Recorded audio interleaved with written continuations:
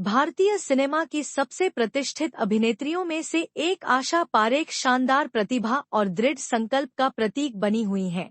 उनकी जीवन कहानी चुनौतियों का सामना करते हुए बाधाओं को तोड़ने और फिल्म उद्योग पर एक अमिट छाप छोड़ने की एक प्रेरणादायक कहानी है। आशा पारेख का जन्म 2 अक्टूबर 1942 को बॉम्बे, भारत में हुआ था। वह सांस्कृतिक रूप से विविध पृष्ठभूमि से आती थी।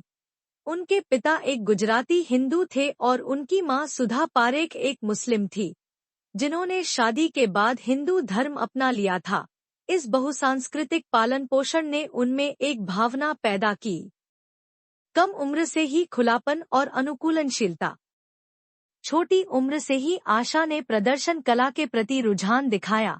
उन्होंने शास्त्रीय नृत्य कक्षाओं में दाखिला लिया और भरतनाट्यम में उत्कृष्ट प्रदर्शन किया, जो बाद में उनके अभिनय करियर में उनकी सबसे बड़ी संपत्तियों में से एक बन गई।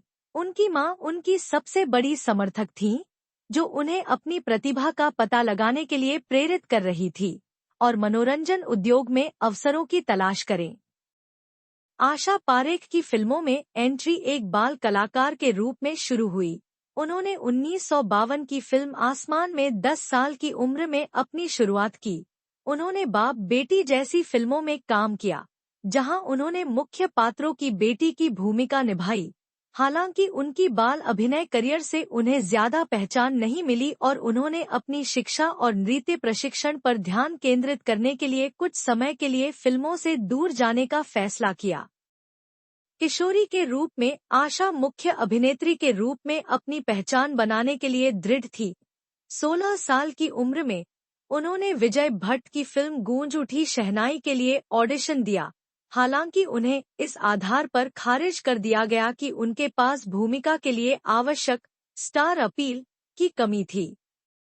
यह अस्वीकृति उसके लिए एक बड़ा झटका थी, लेकिन इसने उसे खुद को साबित करने के दृढ़ संकल्प को भी बढ़ावा दिया। आशा को बड़ा ब्रेक तब मिला जब फिल्म निर्माता नासिर हुसैन ने उन्हें एक नृत्य प्रदर्शन में देखा। वह शम्मी कपूर के साथ अपनी फिल्म दिल दे के देखो के लिए एक नए चेहरे की तलाश में थे। उनकी स्क्रीन उपस्थिति और आकर्षण से प्रभावित होकर उन्होंने उन्हें मुख्य भूमिका में लिया। फिल्म थी एक बड़ी सफलता और आशा पारेख को रातों रात स्टारडम पर पहुंचा दिया। उस समय से पीछे मुड़कर नहीं देखा। नासिर हुसैन आशा के लिए गुरु और लगातार सहयोगी बन गए। इस जोड़ी ने कई हिट फिल्मों में काम किया, जिनमें जब प्यार किसी से होता है, फिर वही दिल लाया हूँ, तीसरी मंजिल और कारवां शामिल हैं। आशा की क्षमता, ग्लैमर, अनुग्रह और भावनात्मक गहराई के संतुलन ने उन्हें फिल्म निर्माताओं और दर्शकों के बीच समान रूप से पसंदीदा बना दिया। 1960 और 1970 के दशक के दौरान बॉलीवुड अक्सर अभिनेत्रियों को विशिष्ट भूमिकाओं में टाइपकास्ट करता था। आशा को शुरू में ऐसी भूमिकाएं पेश की गईं जो उनकी सुंदरता और नृत्य कौशल को उजागर करती थी, लेकिन उनमें पर्याप्त गहराई की कमी थी।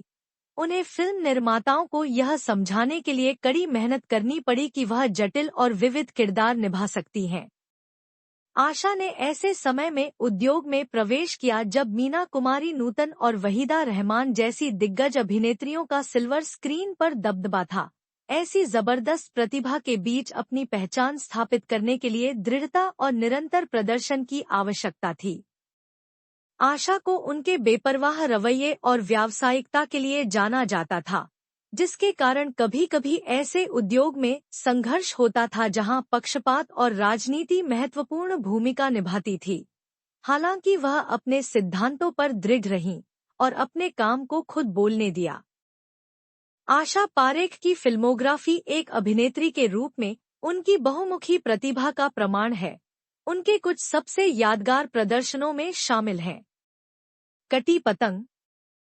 शक्ति सामंत द्वारा निर्देशित इस क्लासिक में आशा ने एक विधवा की भूमिका निभाई जो एक अन्य महिला के बच्चे की जिम्मेदारी लेती है। उनके सूक्ष्म चित्रण ने उन्हें सर्वश्रेष्ठ अभिनेत्री का फिल्मफेयर पुरस्कार दिलाया। दो बदन, तीसरी मंजिल, चिराग, कारवां। शास्त्रीय नृत्य को अपनी भूमिकाओं में मिश्रित करने की आशा की क्षमता ने उन्हें बॉलीवुड में एक अद्वितीय उपस्थिति दिलाई।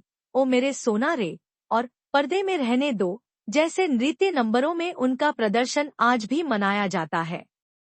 आशा पारेख ने 1990 के दशक की शुरुआत में बड़ी उम्र की अभिनेत्रियों को दी जाने वाली भूमिकाओं की गुणवत्ता से असंतोष का हवाला देते हुए अभिनय से दूर जाने का फैसला किया। हालांकि उन्होंने खुद को इस उद्योग से पूरी तरह से अलग नहीं किया। आशा ने टेलीविजन निर्माण और निर्देशन में कदम रखा।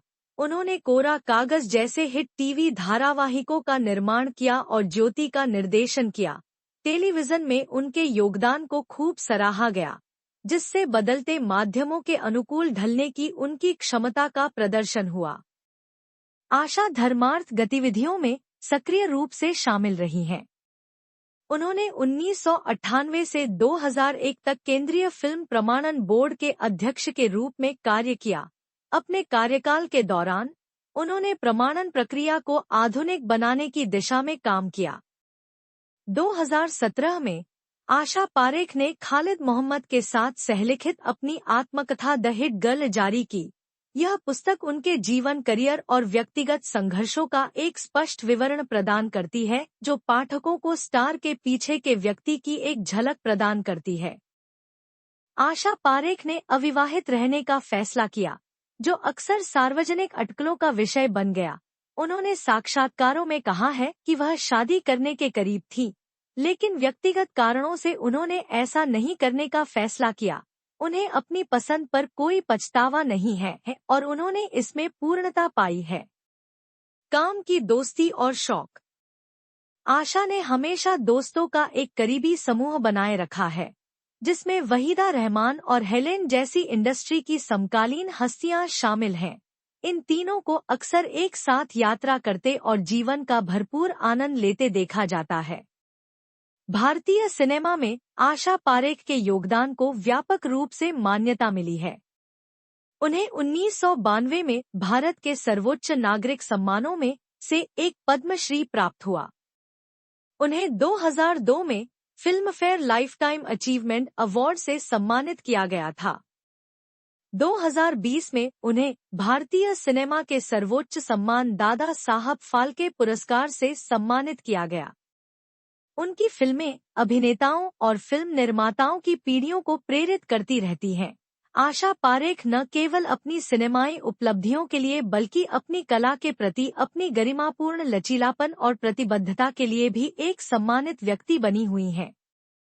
आशा पारेख की जीवन कहानी दबाव में शालीनता का एक शानदार उदाहरण है।